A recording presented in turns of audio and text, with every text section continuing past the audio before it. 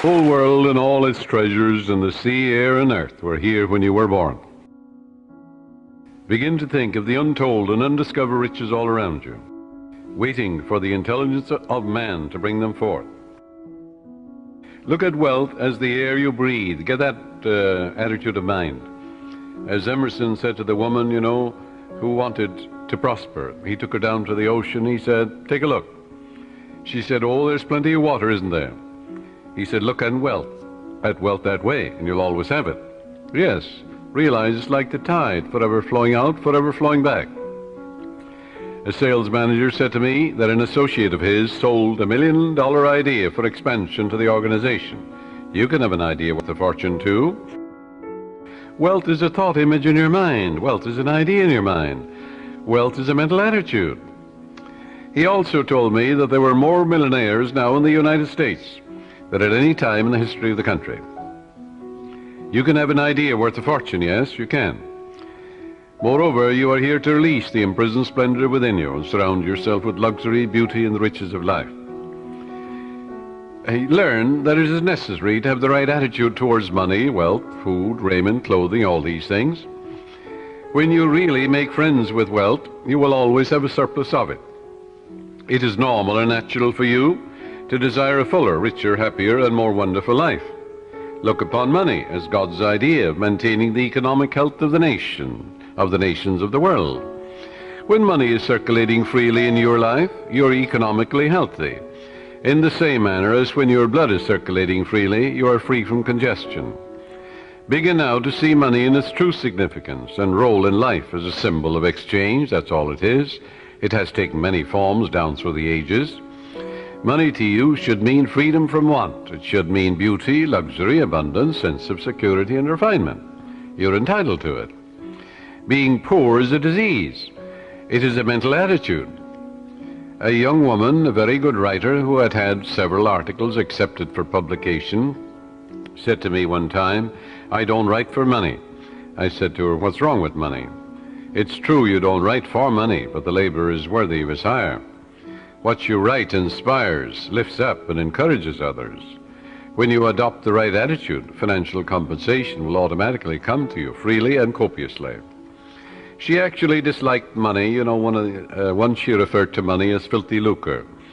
Going back, I suppose, the early days where she heard mother or somebody say money is evil, or the love of money is the root of all evil, and all these things without any understanding at all. It's a rank superstition to say money is evil or a filthy lucre. This woman had a subconscious pattern that there was some virtue in poverty. There isn't. It's a sickness, a disease. I explained to her that there was no evil in the universe, and that good and evil were in the thoughts and motivations of men. All evil comes from misinterpretations of life and misuse of the laws of mind. In other words, the only evil is ignorance, and the only consequence is suffering. It would be foolish to pronounce uranium, silver, lead, copper, iron, cobalt, nickel, calcium, or a dollar bill evil. How absurd, grotesque, and stupid that is. The only difference between one metal and another is the number and rate of motions of electrons revolving around a central nucleus. A piece of paper such as a $100 bill is innocuous, and the only difference between it and a copper or lead is that the atoms and molecules with their electrons and protons are arranged differently for the physical evidences of money. Here's a simple technique she practiced which multiplied wealth in her experience. My writings go forth to bless, heal, inspire, elevate, and dignify the minds and hearts of men and women. And I am divinely compensated in a wonderful way. I look upon money as divine substance, for everything is made from the one spirit. I know matter and spirit are one. Money is constantly circulating in my life, and I use it wisely and constructively. Money flows to me freely, joyously, and endlessly. Money is an idea in the mind of God. It is good and very good. That's a wonderful prayer. It eradicates that superstitious nonsense about money being evil and things of that nature, or there's some virtue in poverty, or the Lord loves the poor. All of that is rank superstition. It is frightful ignorance. That's all it is. This young lady's changed attitude towards money has worked wonders in her life. It'll work wonders in your life too. And she has completely eradicated that strange, superstitious belief that money was filthy lucre.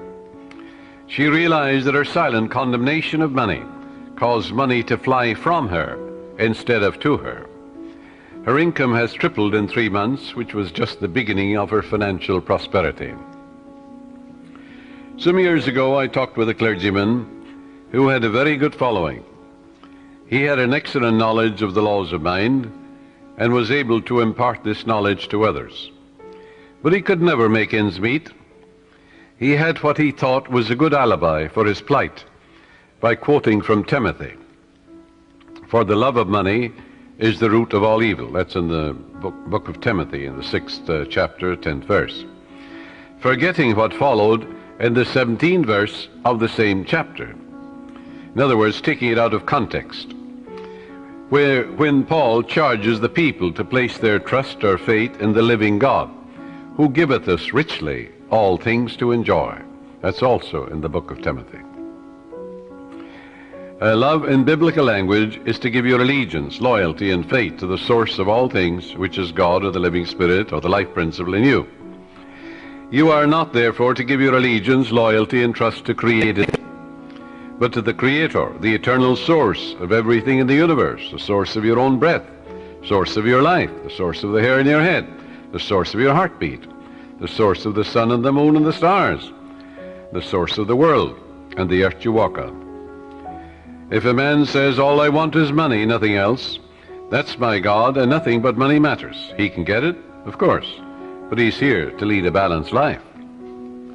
Man must also claim peace, harmony, beauty, guidance, love, joy, wholeness in all phases of his life.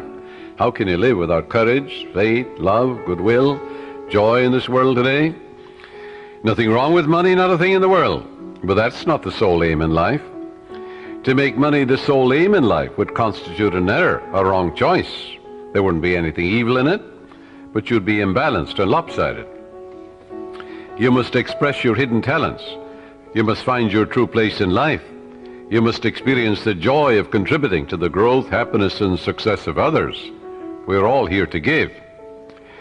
And give of your talents to the world. God gave you everything. God gave you himself.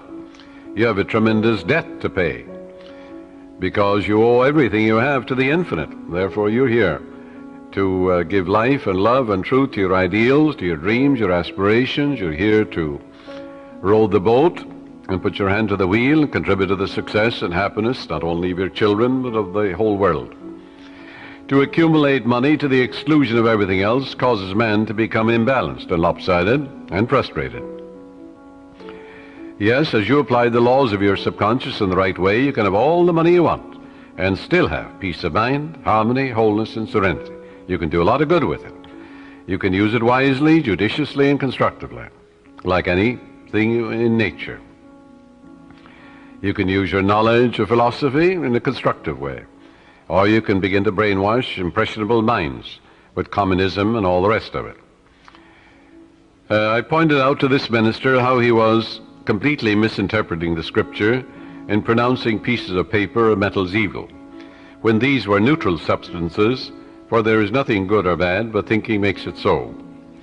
He began to see all the good he could do with more money for his wife, family, and parishioners. He changed his attitude and let go of his superstition. He began to claim boldly, regularly, and systematically, "Infinite Spirit reveals better ways for me to serve. I am inspired and illumined from on high, and I give a divine transfusion of faith and confidence in the one presence and power to all those who hear me. I look upon money as God's idea, and it is constantly circulating in my life and that of all the people who surround me. We use it wisely, judiciously, and constructively under God's guidance and God's wisdom." This young clergyman made a habit of this prayer, knowing that it would activate the powers of his subconscious mind. Today he has a beautiful church which he wanted. The people built it for him. He has a radio program and has all the money he needs for his personal, worldly, and cultural needs. I can assure you he no longer criticizes money. If you do, it'll fly away from you, because you're condemning that which you're praying for. Now, follow this technique which I'm going to outline for you, and you'll never want for wealth all the days of your life, for it is the master key to wealth. The first step is to reason it out in your mind that God, or the life principle, or the living spirit, is the source of the universe, the galaxies in space, and everything you see. Whether you look at the stars in the sky, the mountains, the lakes, the deposits in the earth and the sea, or all animals and plants. The life principle gave birth to you, and all the powers, qualities, and attributes of God are within you. Come to a simple conclusion that everything you see and are aware of came out of the invisible mind of the infinite, or the life principle. And that everything that man has invented, created, or made came out of the invisible mind of man. And the mind of man and the mind of God are one, for there's only one mind. That mind is common to all individual men. Everyone is an inlet and an outlet to all that is. Come now to a clear-cut decision that God is the source of your supply of energy, vitality, health, creative ideas, the source of the sun, the air you breathe, the apple you eat, and the money in your pocket. For everything is made inside and out of the invisible. It is as easy for God to become wealth in your life as it is to become a blade of grass or a crystal of snow.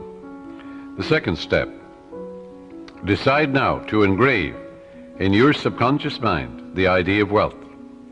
Ideas are conveyed to the subconscious by repetition, faith, and expectancy. By repeating a thought pattern or an act over and over again, it becomes automatic, and your subconscious being compulsive, you will be compelled to express wealth.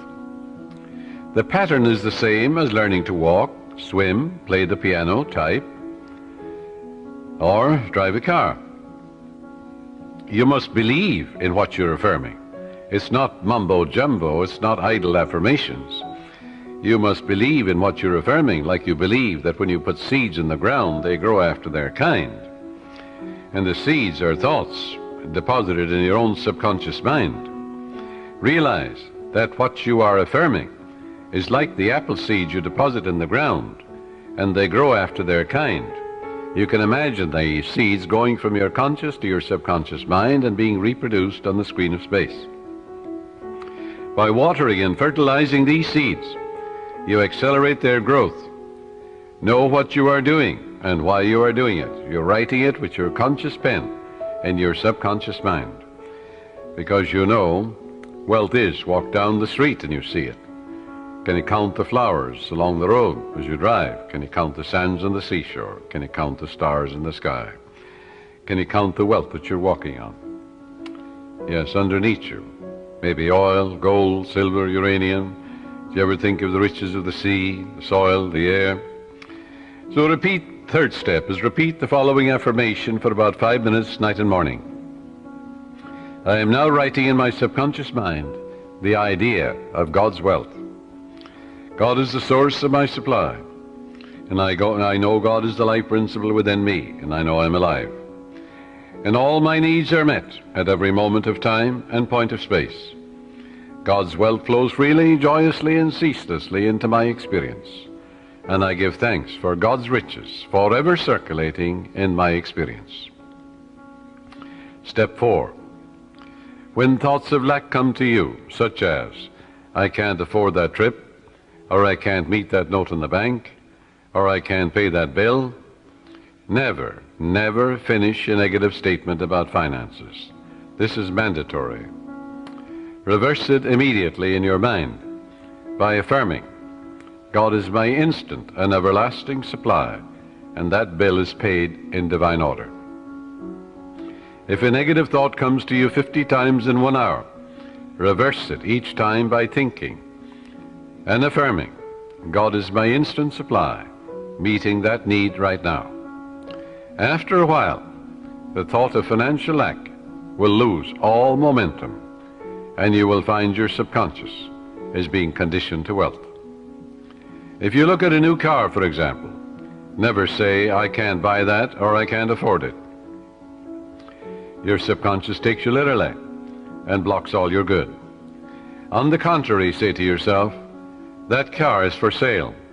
It is a divine idea, and I accept it in divine order through divine love. This is the master key to wealth. It's impossible for any sincere person to practice this technique and not have all the wealth he or she needs all the days of your life. So follow it, and you're setting the law of opulence in operation. It will work for you as well as for anybody else.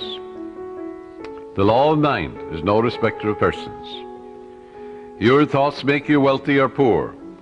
Choose the riches of life right here and right now. A sales manager sent me one of his men for counseling.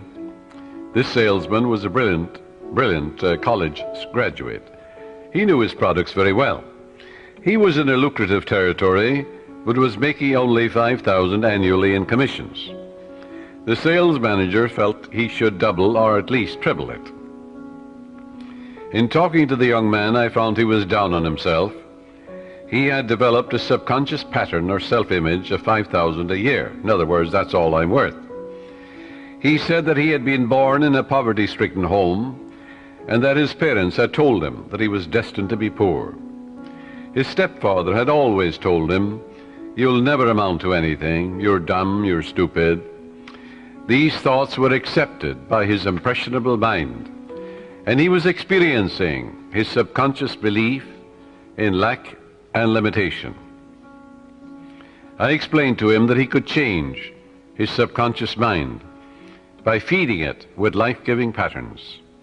Accordingly, I gave him a mental and spiritual formula to follow, which would transform his life.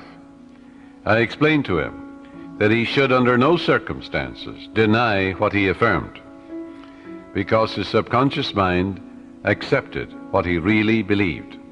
Your subconscious mind accepts your convictions, what you really believe. So believe in God's wealth and God's riches, which are all around you, by the way. He affirmed every morning before going to work, "I'm born to succeed. I'm born to win. The infinite within me can't fail. Divine law and order govern my life. Divine peace fills my soul. Divine love saturates my mind. Infinite intelligence guides me in all ways. God's riches flow to me freely, joyously, endlessly, ceaselessly. I'm advancing, moving forward, and growing mentally, spiritually, financially, and in all other ways. I know these truths are sinking into my subconscious mind, and I know and I believe they will grow after their kind." A year later, when I met this young man again, I discovered that he had been transformed. He had absorbed these ideas which we had discussed, and he said, "I am appreciating life now, and wonderful things have happened. I have an income of $25,000 this year, 5 times greater than the previous year." He has learned the simple truth that whatever he inscribes in his subconscious mind becomes effective and functional in his life. That power is within you. You can use it also. The young boy who's operating this machine while I am broadcasting, his name is Robbie Wright. He told me about his uncle who used to work in a bank. And this uncle wanted to make more money for his wife and his children. And he was always affirming, God is my instant supply, I'm divinely guided in all ways, infinite spirit opens up a new door. Well, he told me that his uncle was in town about 2 months ago, and that his salary now is $200,000 a year, all his expenses paid. And he was getting $40,000 when he started to realize the truth about himself. And he's able to do great things and living a wonderful life down south in another state. All of this is an idea. All it was an idea in his mind. Wealth is an idea. A radio is an idea. Television is an idea. An automobile is an idea. Everything you look at is an idea. Suppose you destroyed all the automobiles in the world due to some holocaust. Well, an engineer could run them off, couldn't he? And we'd have millions of them in no time. Use the following meditation for assurance in achieving financial wealth. Thou madest him to have dominion over the works of thy hands. I know that my faith in God determines my future. My faith in God means my faith in all things good. I unite myself now with true ideas, and I know the future will be the image and likeness of my habitual thinking. As a man thinketh in his heart or subconscious, so is he. From this moment forward, my thoughts are on whatsoever things are true, whatsoever things are honest, whatsoever things are just, whatsoever things are lovely and of good report. Day and night I meditate on these things, and I know these seeds, which are thoughts, which I habitually dwell upon, will become a rich harvest for me. I am the captain of my soul. I am the master of my fate. For my thought and feeling are my destiny. You see, prayers and affirmations are not for the purpose of changing God or the living spirit or the life principle or influencing the divine. God is the same yesterday, today, and forever. You don't change God, but you align yourself mentally with that which was always true. You don't create harmony. Harmony is. You don't create love. God is love. That love of God is within you. You don't create peace. God is peace, and God indwells you. But you must claim that the peace of God floods your mind. You must claim that the harmony of God is in your home, your harmony is in your pocketbook, in your business, in all phases of your life. All of good is available to each of us. Our prayers and affirmations are for the purpose of bringing our own mind to the point where we can accept the gifts which were given to us from the foundation of time. For God is the giver and the gift. The oil was in the ground before you were born, before any man walked the earth. So was gold and silver, uranium and lead and copper and all the metals that we use today. They were all there. Didn't it take a little intelligence in the mind of man to find these things? Yes, so if you send 2 men to Utah, and one man is a geologist, or he may be also a mineralogist, and he finds nothing. Another man goes, in the first 5 minutes he finds a vein of uranium or silver in the same territory, in the same land. Where was the wealth? The wealth was in the mind of the second man. He believed in a guiding principle. The other fellow found nothing. He was walking on it. So there is a guiding principle that will lead you. That's what led men to find gold and silver and oil and lead and all these things.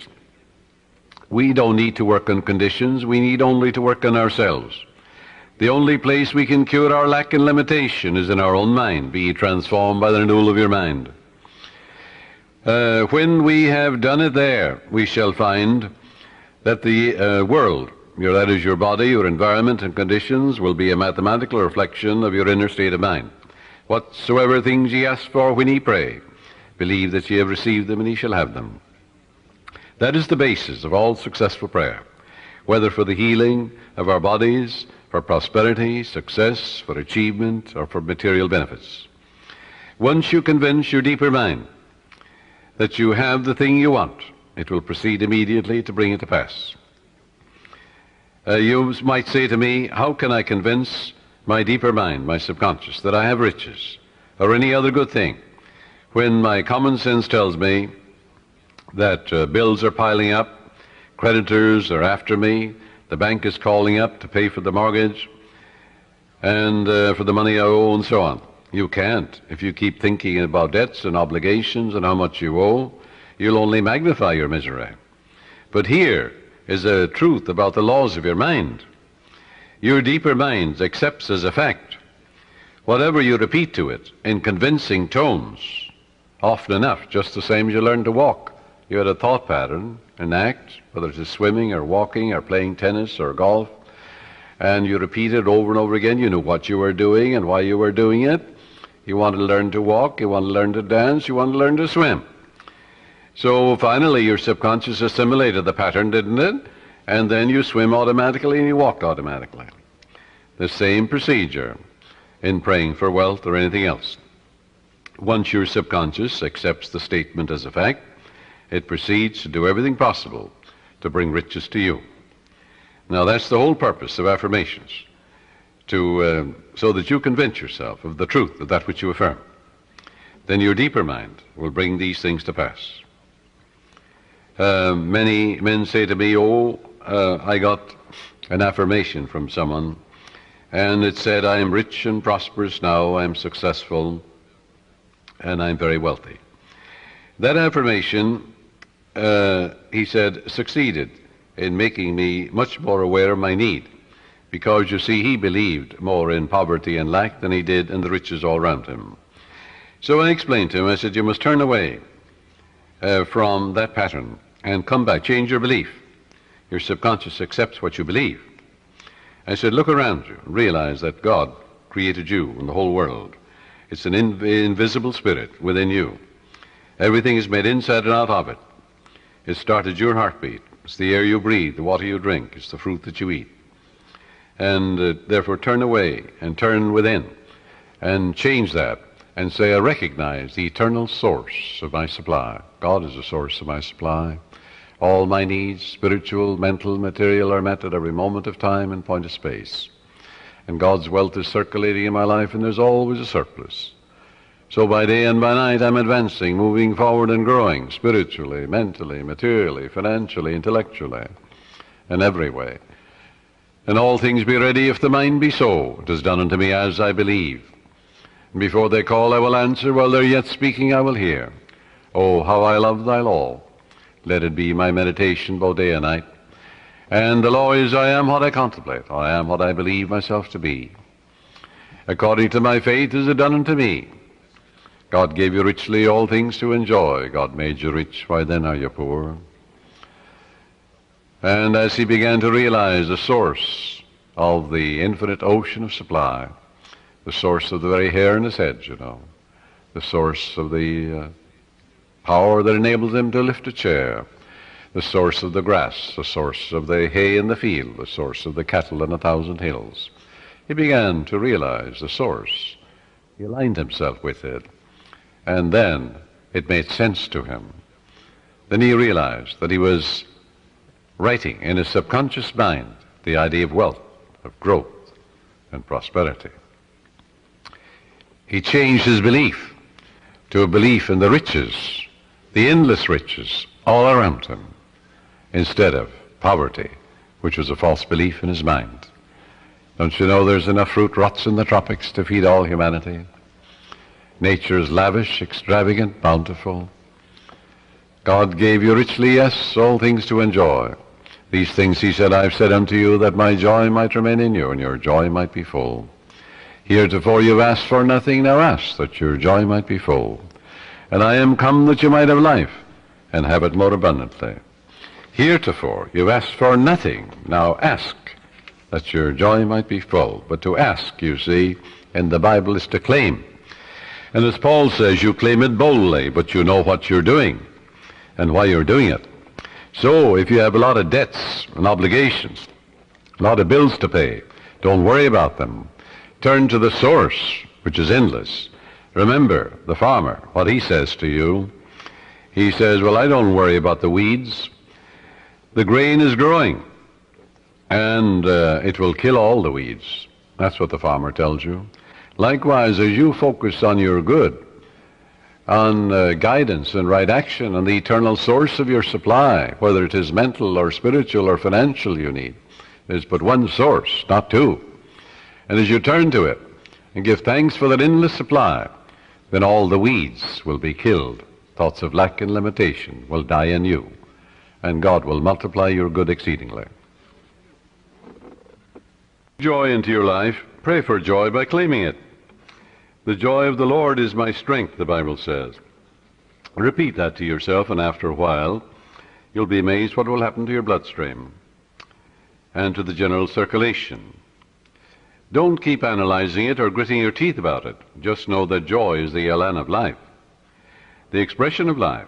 Don't work like a horse at it. Use no willpower, no muscle power, no blood vessel power is involved in this mental and spiritual therapeutic technique. Just know and claim that the joy of the Lord is flowing through you now, and wonders will happen as you pray this way. Freedom and peace of mind will be yours as a result. If you have peace of mind, you'll have peace in your pocketbook, in your home, in your relationship with people, for peace is the power at the heart of God. And there is a river, the streams whereof make glad the city of my God. The city of God is your mind, the people who dwell there. Well, you know very well who dwells there. Your thoughts, ideas, images, beliefs, opinions. Make sure they conform to the divine standard. A woman said to me, I was blocked financially. I had reached the point where I had not enough money for food for the children. All I had, she said, was $5. I held it in my hand and said, God will multiply this exceedingly according to his riches and glory. And I am now filled with the riches of the infinite. All my needs are instantaneously met now on all the days of my life. All right, she believed that. It wasn't idle words. You don't gain the ear of God by vain repetitions. No, you must know what you're doing and why you're doing it. You must know that your conscious mind is a pen, and you're writing something, engraving something in your subconscious mind. And whatever you impress your subconscious mind with will be expressed on the screen of space. It'll come forth as form, function, experience, and events, good or bad. So make sure you plant that which is lovely and of good report.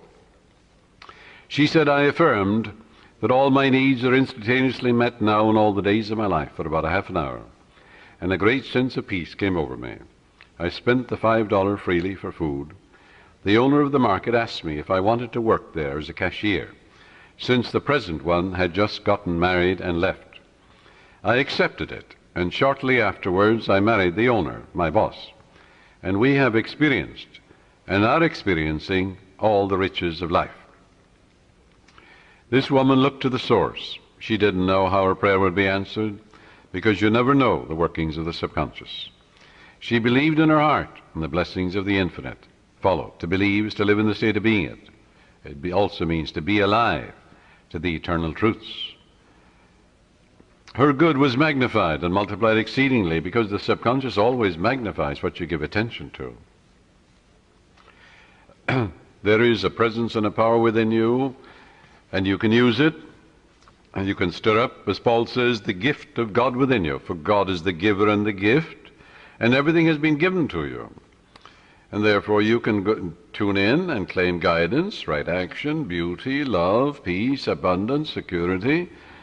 You can say to yourself, well, God's ideas unfold within me, bringing me harmony, health, peace, and joy. If you're in business, you're a professional man, you're an artist, you're an inventor, just sit down quietly and say, God reveals to me new creative ideas, original, wonderful ideas, which bless humanity in countless ways.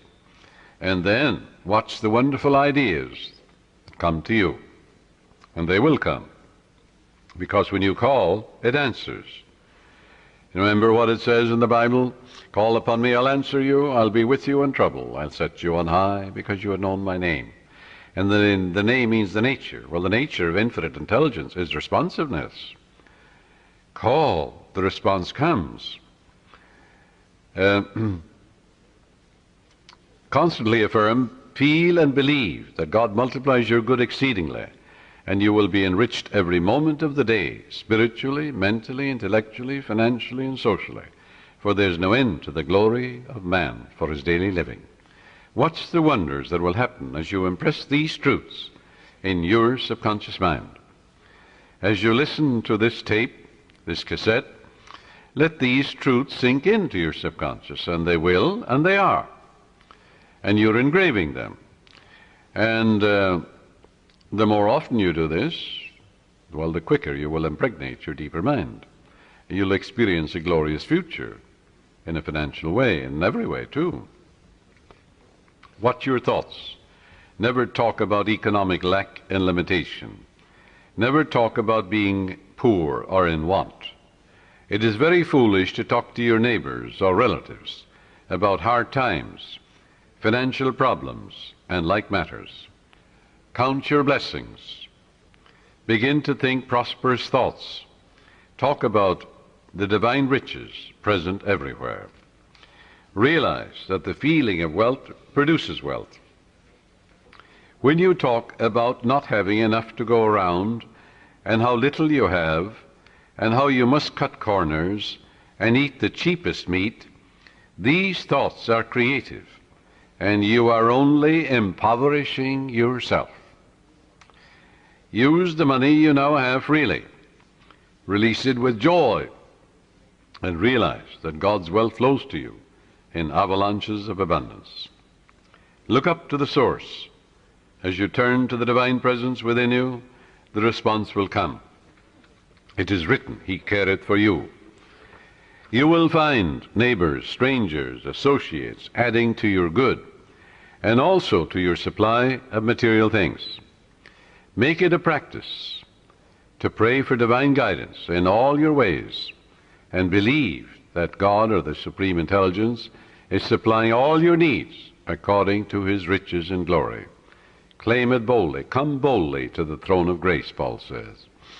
And grace, when it's removed from its mystique, is simply the mathematical, orderly reflection of your habitual thinking and imagery. In other words, there's supreme intelligence that responds to your conscious thinking and imagery. Pray for divine guidance, therefore, in all your ways. As you make a habit of this attitude of mind, you will find the invisible law of opulence can and will produce visible riches for you. Recently, a doctor told me that her constant prayer was as follows: I live in the joyous expectancy of the best, and invariably the best comes to me.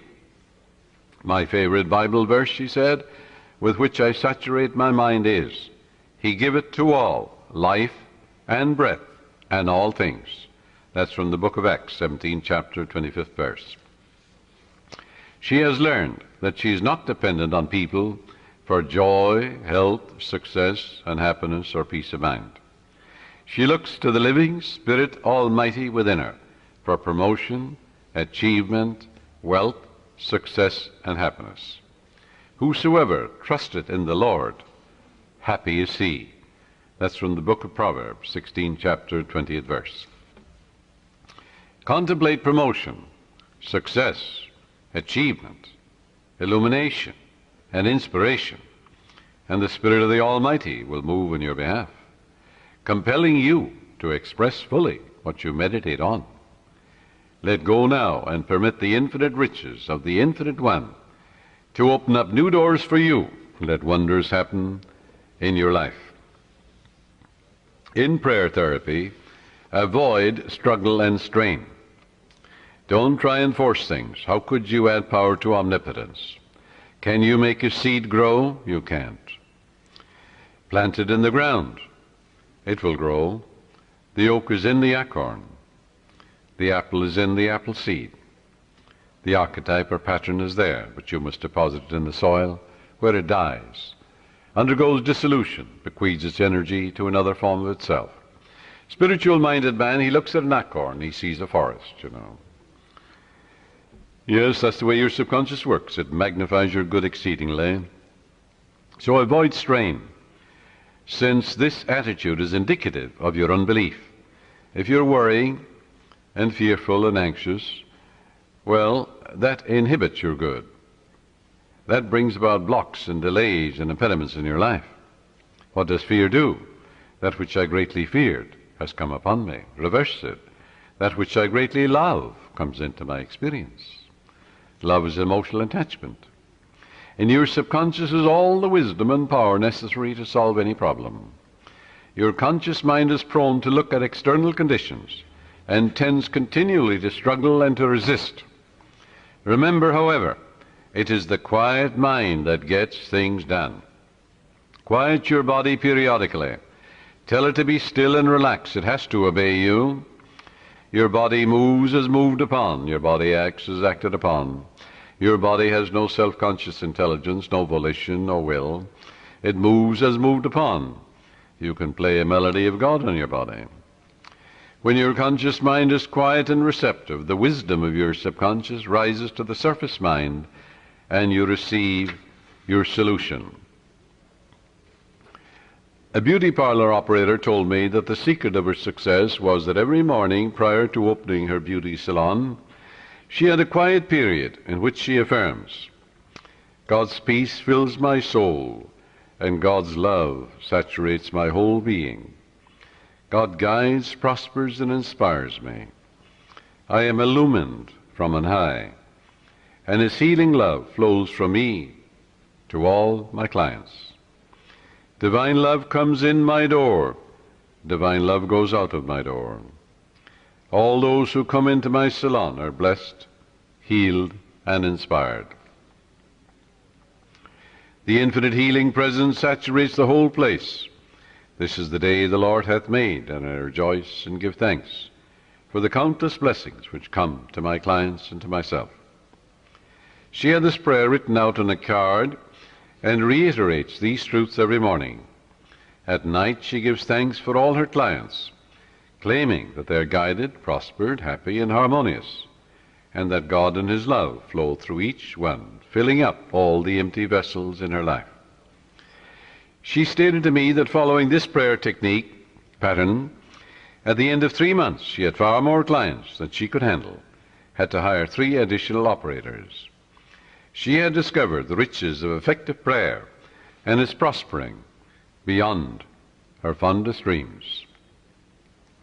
The sales manager told me that he had been fired because of excessive drinking on the job and because of being involved with one of the secretaries in the office. He was very distressed, dejected, and worried about his wife, his income, and his future. In talking with his wife later, I discovered that she was a chronic nagger and had tried unsuccessfully to dominate and control her husband. She was abnormally jealous and very possessive, and she clocked him in every evening, creating a scene if he were not home at a certain hour. He was emotionally and spiritually immature and did not handle the matter at all constructively. He deeply resented her nagging and her clocking of his arrival at home, and retaliated by drinking and becoming involved with another woman.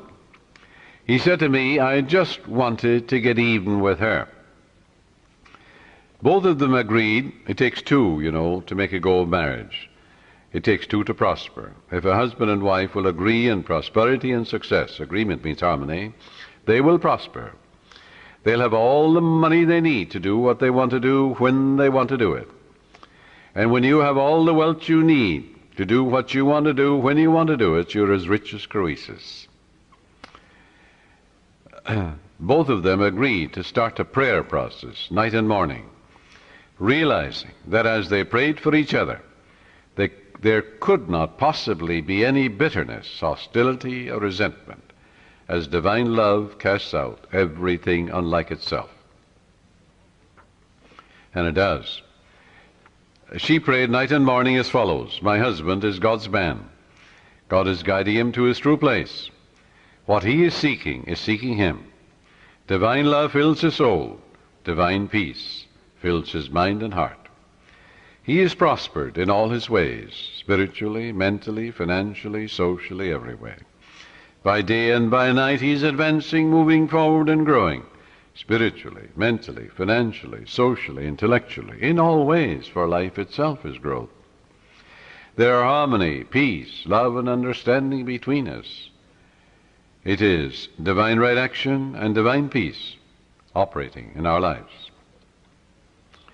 And he prayed for his wife night and morning as follows. My wife is God's child. She's the daughter of the infinite, a child of eternity. Divine love fills her soul, and it is written, he careth for her.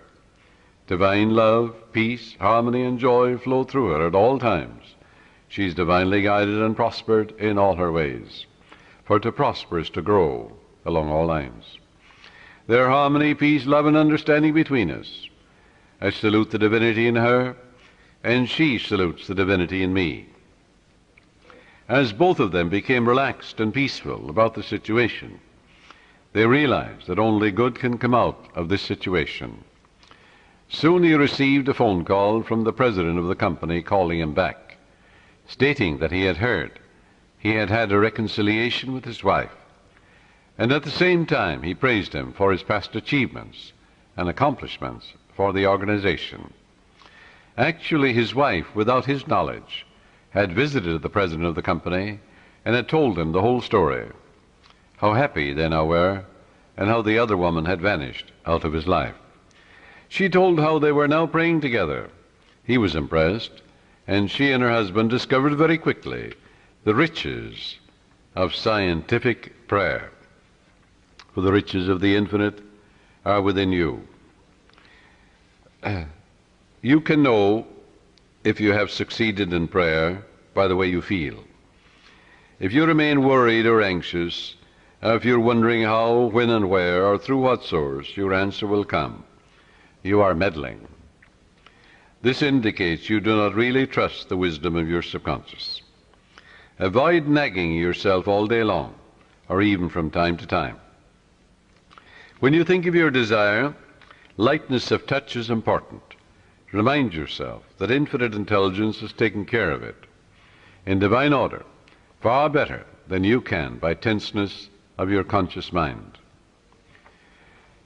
For example, if you say, well, I need $5,000 by the 15th of next month, or the judge must make a decision for me by the 1st of the month, otherwise I lose my home, my mortgage, and so on. That's fear and anxiety and tension.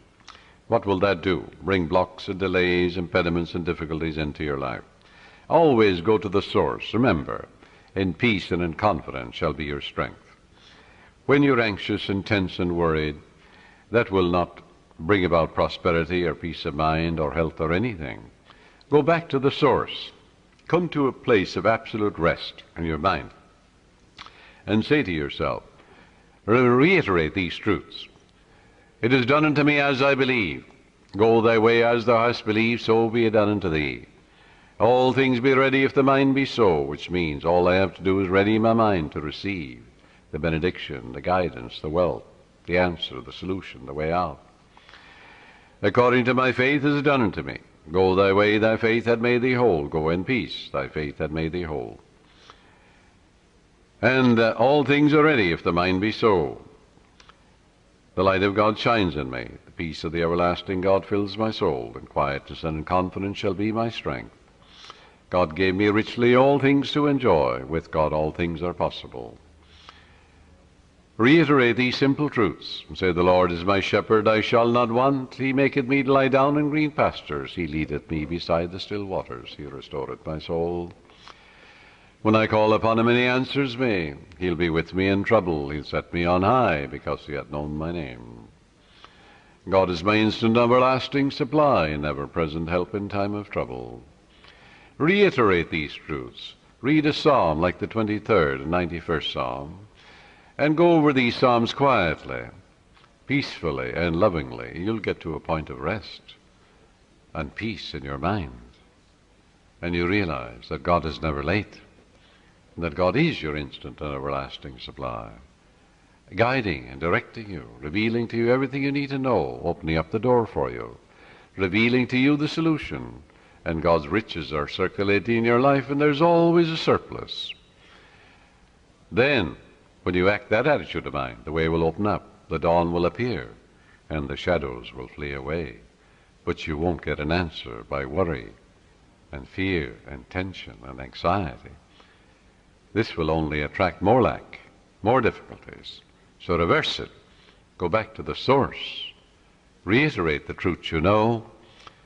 Dwell upon the truths of God, such as God is absolute peace, absolute harmony, boundless wisdom, infinite intelligence, the ever-living one, the all-wise one, the all-knowing one, the self-renewing one, knows all and sees all, the source of all blessings. That will quiet your mind. That will give you peace. And when the mind at peace always gets the answer, for in quietness and in confidence shall be your strength. And God knows only the answer. So learn to let go and relax. Do not give power to the externals or conditions. Give power and allegiance to the infinite presence and power within you.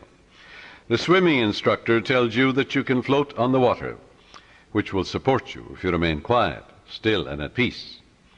But if you get nervous, tense, fearful, you will sink. When you are seeking wealth, prosperity, success, or a spiritual healing, or anything, Feel that you're immersed in the holy omnipresence, like you feel you're in the ocean or in a swimming pool, and realize the golden river of life, love, truth, and beauty are flowing through you now, transforming your whole being into the pattern of harmony, love, peace, and abundance. Feel yourself swimming in the great ocean of life. That sense of oneness will restore you, for he restoreth my soul. The following meditation will bring many wonderful things into your life. Listen to it and say, these truths are sinking into my subconscious mind. I picture them going from my conscious to my subconscious, like seeds I'm depositing in the soil. I know that I mold, fashion, and create my own destiny. My fate is in the infinite being which created all things, and my faith in God is my fortune. This means an abiding faith in all things good. I live in the joyous expectancy of the best, and only the best comes to me. I know the harvest I will reap in the future, because all my thoughts are God's thoughts, and the power of God is with my thoughts of good. My thoughts are the seeds of goodness, truth, beauty, and abundance. I now place my thoughts of love, peace, joy, success, abundance, security, and goodwill in the garden of my mind. This is God's garden. The glory and beauty of God will be expressed in my life, and I will know it. My garden will yield an abundant harvest. From this moment forward, I express life, love, and truth. I am radiantly happy and prosperous in all my ways. And God multiplies my good exceedingly. To prosper means to succeed, to thrive, to turn out well. In other words, when you are prospering, you're expanding, growing spiritually, mentally, financially, socially, and intellectually. Never be envious or jealous of another person's wealth or promotion or their diamonds or jewels, for that would impoverish you. That would attract lack and limitation to you. Rejoice in their success, in their prosperity, in their wealth, and wish for them greater riches, because what you wish for the other, you're wishing for yourself, for you're the only thinker. What you think about the other, you're creating in your own mind and body and experience, and also in your pocketbook. This is why you rejoice in the success and the prosperity and the millions that others have. In order to truly prosper, it is necessary that you become a channel through which the life principle flows freely, harmoniously, joyously, and lovingly. I suggest that you establish a definite method of working and thinking, that you practice it regularly and systematically every day. One young man who consulted me had experienced a poverty complex for many years, had received no answers to his prayer. He had prayed for prosperity, but the fear of poverty continuously weighed on his mind. And naturally, he attracted more lack and limitation than prosperity. The subconscious mind accepts the dominant of two ideas.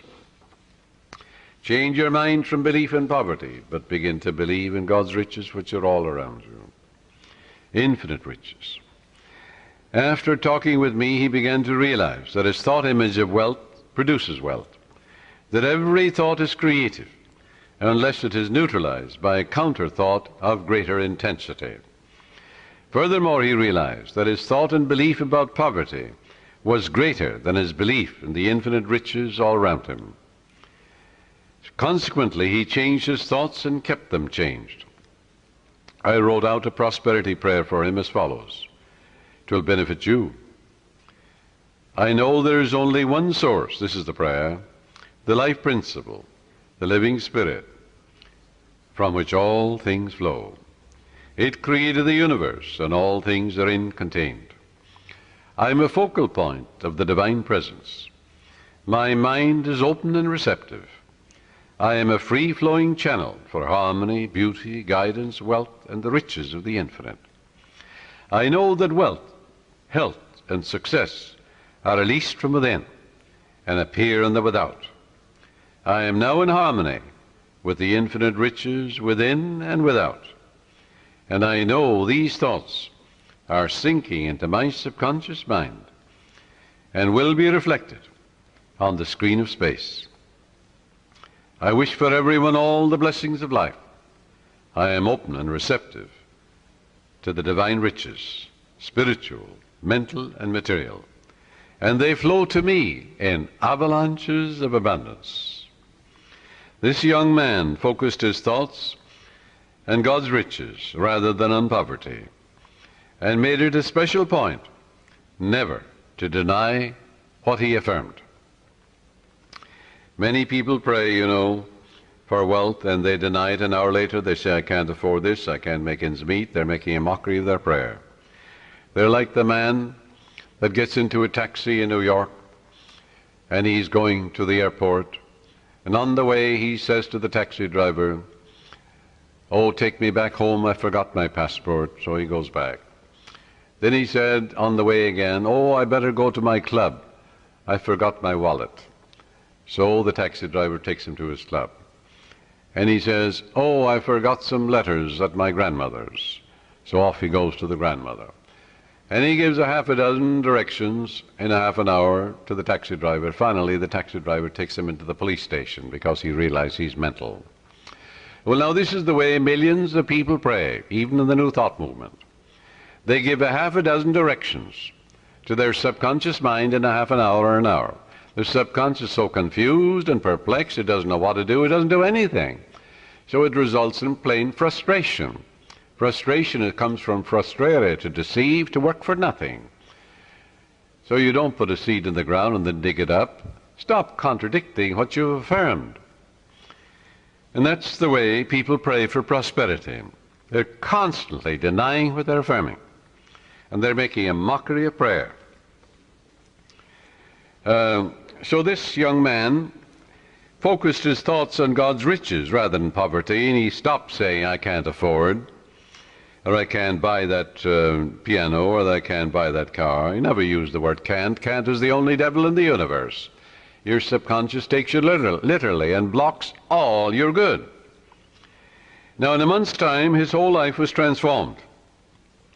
He affirmed the above truths, which I just mentioned, morning and evening for about 10 minutes, slowly and quietly, engraving them in his mind, knowing what he was doing, believing what he was doing, knowing that he was actually writing down these truths in his subconscious mind, causing the latter to be activated and to release its hidden treasures. For the gold mine is in your subconscious, the diamond mine is there.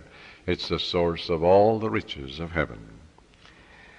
Although this man had been a salesman for 10 years with rather dim prospects for the future, suddenly he was made sales manager at $30,000 a year plus prime benefits. Your subconscious has ways that you know not of. It's impossible to impregnate your subconscious mind with the idea of wealth and be poor. It's impossible to impregnate your subconscious with the idea of success. Good heavens, you are born to win, to succeed. The infinite can fail. You're born to triumph. Son, thou art ever with me, and all that I hath is thine. Let your prayer be, by day and by night I'm advancing, moving forward and growing. God gave me richly all things to enjoy.